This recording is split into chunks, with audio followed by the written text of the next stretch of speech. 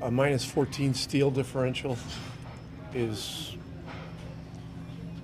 it's impossible to win an NBA game. So, got to do a better job taking care of the ball. They had 18 steals. We had 4. We're not really a steal team, but we got to take care of it better.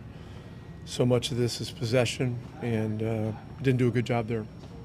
I guess to dive into that a little bit more. I mean, where did you see the issues? I mean, like obviously a lot of that is them coming after you, but where did you kind of see the carelessness really stand out in terms of where you guys got into trouble?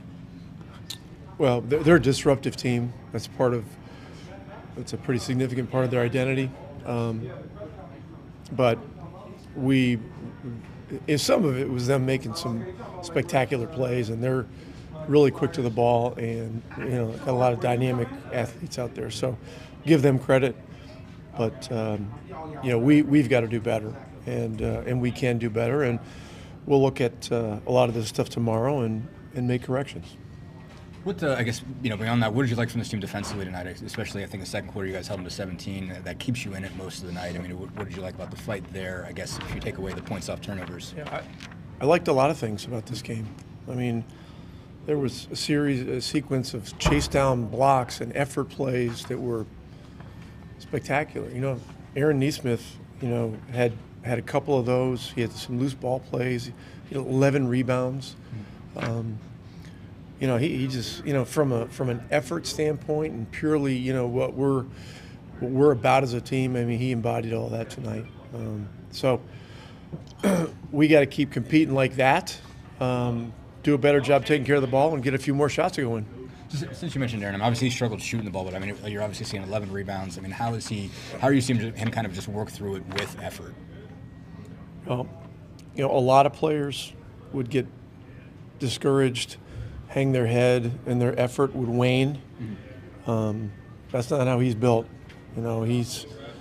He's always the same in terms of his attention to detail with how hard he's going, helping teammates off the floor, being encouraging, being positive. So guys like that are going to have the basketball gods on their side. I asked you about Tony Bradley in pregame. It seemed like when he got on the floor and got on the Joel assignment, it seemed like that changed things for you guys. Just what stood out to you about what he was able to do well defensively, especially in the first half?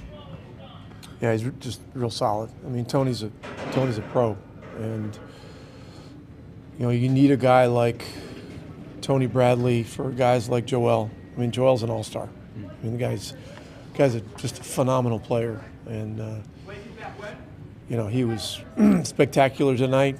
And Tony was able to make it a little tougher on him, but the guy's a freak. I mean, he's a great player.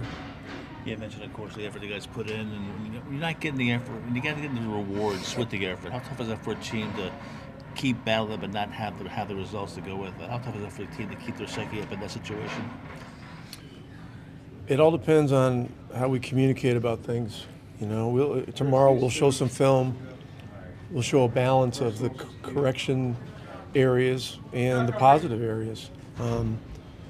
This team's battled all year, with a big deficit of talent, with a lot of guys hurt and stuff like that. But there have been no excuses. And, the last couple of years, this team has created a standard for hard play and commitment to team. And, we haven't wavered from that.